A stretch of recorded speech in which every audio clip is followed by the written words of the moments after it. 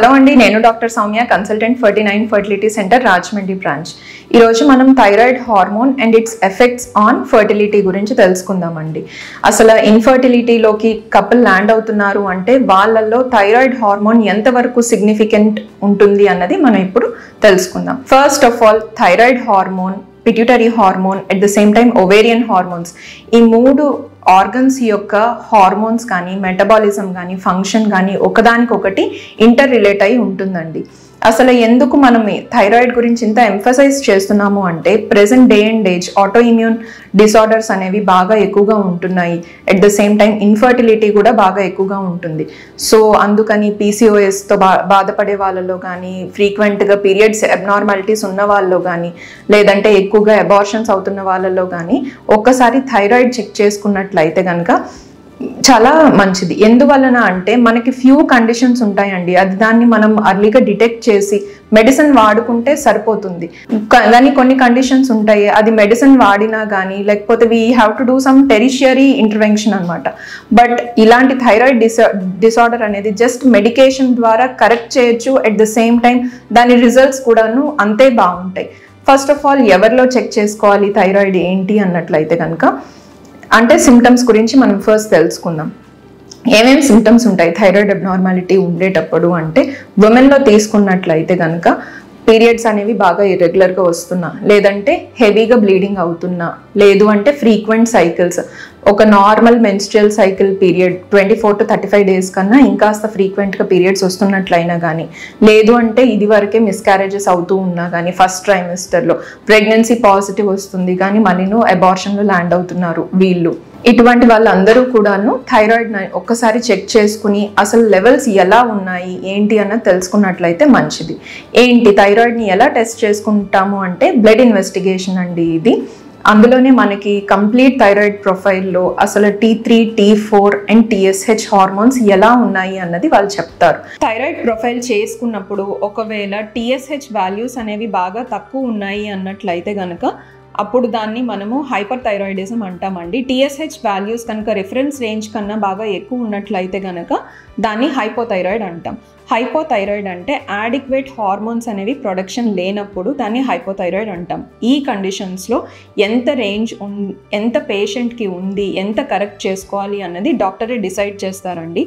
At the same time ఇంకొకటి ఫ్రీక్వెంట్గా patients అడుగుతుండే doubt ఏంటి అంటే, ఆల్రెడీ ఒకసారి థైరాయిడ్ డయాగ్నోస్ అయింది, తర్వాత మెడిసిన్ యూస్ చేసాము 1 month or 2 months, తర్వాత మళ్ళీను స్టాప్ చేసేసాము, థైరాయిడ్ ఇప్పుడు మాకేమీ లేదు అంటున్నారు. టెస్ట్ ఏమైనా చేయించుకున్నారా అంటే లేదు, చేసుకోవట్లేదు. బట్ అలా కాదండి, థైరాయిడ్ డిసార్డర్ ఎప్పుడైనా ఏంటి అంటే మీరు మెడిసిన్ యూస్ చేసిన తర్వాత టెస్ట్ అనేది నార్మల్ రావచ్చు. అప్పుడు మీరు మెడిసిన్ కనుక స్టాప్ చేసినట్లయితే ఆఫ్టర్ 2 months or 3 months మళ్ళీ ఒకసారి వితౌట్ మెడికేషన్ చెక్ చేసుకుని నార్మల్ రేంజ్లో వస్తే దెన్ నో ప్రాబ్లం. కానీ మళ్ళీ నువ్వు మెడిసిన్ స్టాప్ చేసిన తర్వాత టెస్ట్ అన్నది ఖచ్చితంగా చేసుకుని అప్పుడే మెడికేషన్ అన్నది స్టాప్ చేయాలా, కంటిన్యూ చేయాలా, లేదా డోస్ ఏమైనా మార్చుకోవాల్సి ఉంటుందా, పెంచాలా తగ్గించాలా అన్నది ఉంటుందండి. అంతేగాని వితౌట్ టెస్టింగ్ ఇయర్స్ టుగెదర్ ఒకేసారి ఎప్పుడో మెడిసిన్ యూస్ చేసాము మరి ఇప్పుడు యూస్ చేయట్లేదు అంటే that is not the correct way. హైపోథైరాయిడిజంలో సిమ్టమ్స్ ఏమేమి ఉండొచ్చు అంటే, first of all menstrual symptoms విమెన్లో ఉండొచ్చు అండి.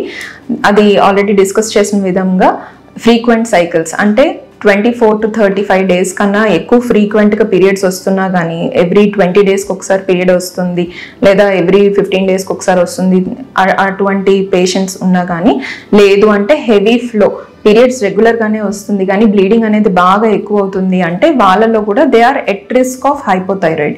At the same time PCOS లాంటిది ఏమైనా స్కాన్ చేశారు, వాళ్ళకి ఇటువంటి PCOM అంటాము, ఇటువంటి అబ్నార్మాలిటీ ఉంది అంటే వీళ్ళల్లో కూడా అసోసియేటెడ్ హైపోథైరాయిడిజం అన్నది ఉండొచ్చు.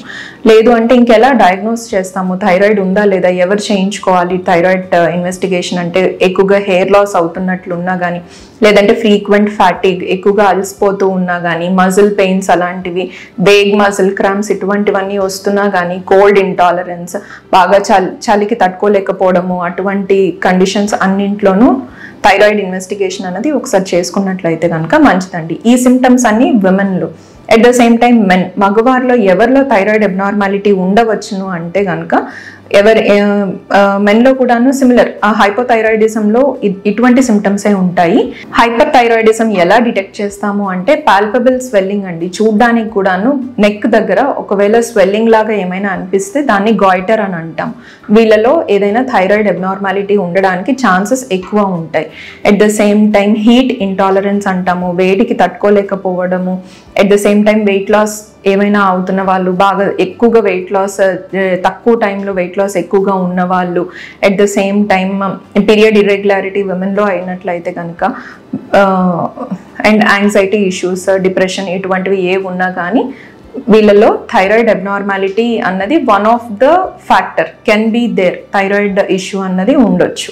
అసలు ఈ థైరాయిడ్ అబ్నార్మాలిటీ ఉండే ఫీమేల్స్లో ఎందుకని ప్రెగ్నెన్సీ రావడానికి ప్రాబ్లం అవుతుంది అన్నట్లయితే కనుక థైరాయిడ్ డైరెక్ట్లీ ఆర్ ఇండైరెక్ట్లీ ఓవ్యులేషన్ని ఎఫెక్ట్ చేస్తుందండి. ఎగ్ రిలీజ్ అవ్వడాన్ని ఎఫెక్ట్ చేస్తుంది. At the same time luteal phase అని అంటాము. అంటే ఎగ్ రిలీజ్ అయిన దగ్గర నుంచి మళ్ళీ పీరియడ్ వచ్చినంత వరకు డే 1 ఆఫ్ ద మెన్స్ట్రుయేషన్ వరకు దాన్ని లూటియల్ ఫేజ్ అంటాం.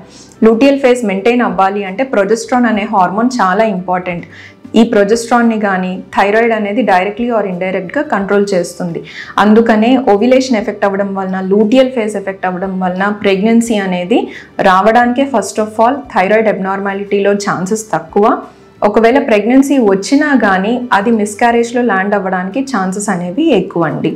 అండ్ మగవారిలో కనుక చూసుకున్నట్లయితే కనుక థైరాయిడ్ అబ్నార్మాలిటీస్ ఏది ఉన్నా కానీ హైపోథైరాయిడ్ ఆర్ హైపోథైరాయిడిజం ఉన్నప్పుడు ఏమవుతుంది అంటే వీళ్ళలో స్పర్మ్ మీద ఎఫెక్ట్ ఉంటుంది, టెస్టికులర్ ఫంక్షన్ మీద ఎఫెక్ట్ ఉంటుంది, స్పర్మ్ యొక్క క్వాలిటీ, మార్ఫాలజీ, మొటిలిటీ అనేది డిక్రీజ్ ఉంటుందండి. Both hypothyroidism and hyper thyroidism రెండింటిలోనూ స్పర్మ్ అనేది వాల్యూమ్ డిక్రీజ్ అవుతుంది, semen volume. At the same time కణాల యొక్క మార్ఫాలజీ, మొటిలిటీ ఇవన్నీ కూడా కాంప్రమైజ్ అవుతాయండి.